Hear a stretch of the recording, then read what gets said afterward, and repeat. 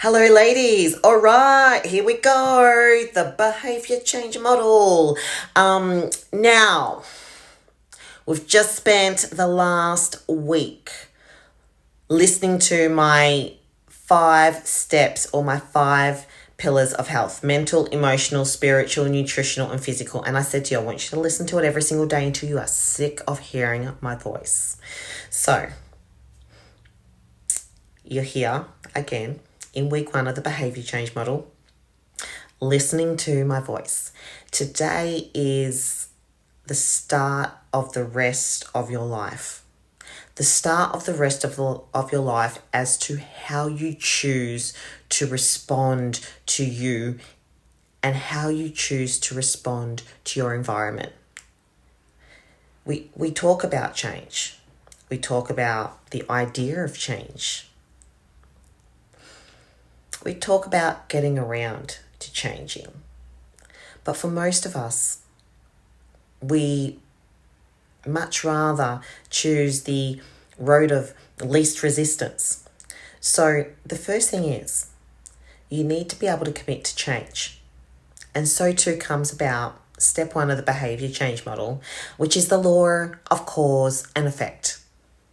The law of cause and effect is how we respond to our environment. Now, our internal environment in here and our external environment around us. When we are at cause, we are empowered and we make the right decisions in our life. But not always the easy decisions. So yeah, sometimes we are making those hard decisions.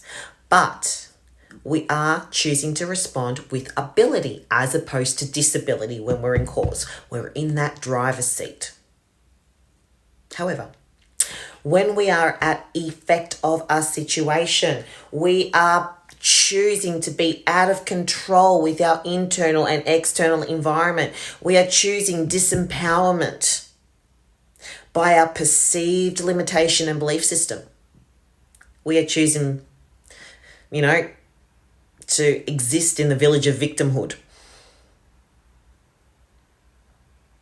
When we are being a victim, we are incapable of making decisions that serve us because we're being reactive. And reactive is to reenact behavior that doesn't serve you. When you choose to react to your environment, what happens? Your environment controls you. So over the next week, we've got an activity. An activity that's going to allow you to have personal reflection on how you are currently doing life. To what percentage of your day and your week, just as a snapshot, are you in control versus out of control? At the end of every day, you're going to spend a good minute, 1 minute out of your whole 24 hours a day reflecting on that. And you're going to write it down in your winner's Bible, in your journal, right? Monday, 70% in control, 30% out of control. You're going to give yourself a rating. That rating needs to be broken down. You're going to break down your rating and go, okay, what were the elements that caused me to feel or be or act in control? And what were the elements that caused me to feel out of control or in victim mode? What were those triggers? You're going to write them down. This is called getting to know you. Getting raw, getting real, getting truthful, and being authentic with yourself. You cannot change if you live in the bag of bullshit. You can't change if you're, covering yourself with the veil of illusion. Rip the Band-Aid off and be honest with you. And you're going to do that every single day for 7 days. It's going to take a minute, 2 minutes max to do. At the end of that 7 days, you're going to add up all the percentages where you've been in control or at cause. Okay, and then you'll divide it by 7. That'll give you an average amount of time that you spend in control. Empowered, responding with ability, in the driver's seat.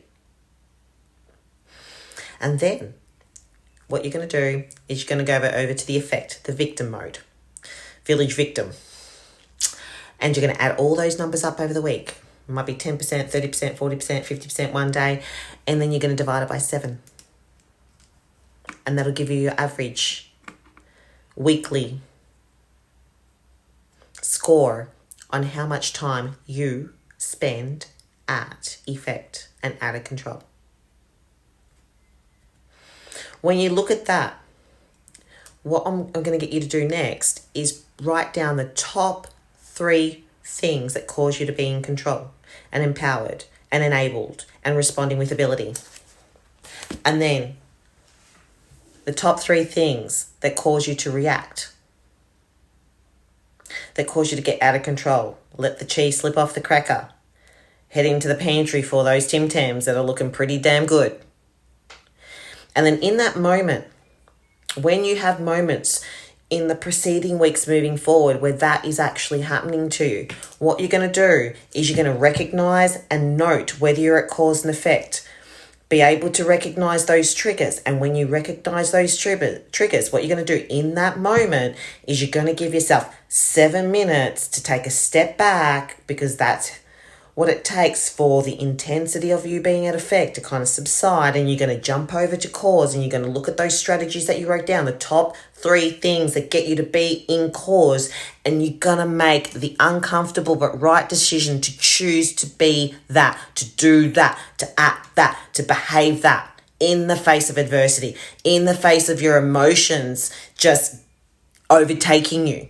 But before you do, like I said, take a step back, then move over to being in control. Take a step back, disassociate, distract for 7 minutes, let the intensity on a scale of 1 to 10 of reactiveness come down so it's marinating at around a 6, maybe a 5 or 6, and then choose the top 3 strategies that you do cause. That is your success profile. It's already within you, and all you need to do is act it out, carry it out. Do it, because it's not like you don't know how to do it. You do know how to do it. It's that you're choosing not to do it and being mindless and blindless in the act when you're in a reactive state. Okay? I hope that's helped you out, ladies. And what I want you to do as well is I want you to send that homework through to me at the end of the week with your check-in just via email. All right. Well, I'm looking forward to week 2. Week 2 is a big one. Week 2 is the moment where things really start to change for you. We're going to be talking about your core values. We're going to be talking about self-respect versus disrespect. Apart from that, ladies, have an awesome evening, and I will be seeing you all soon.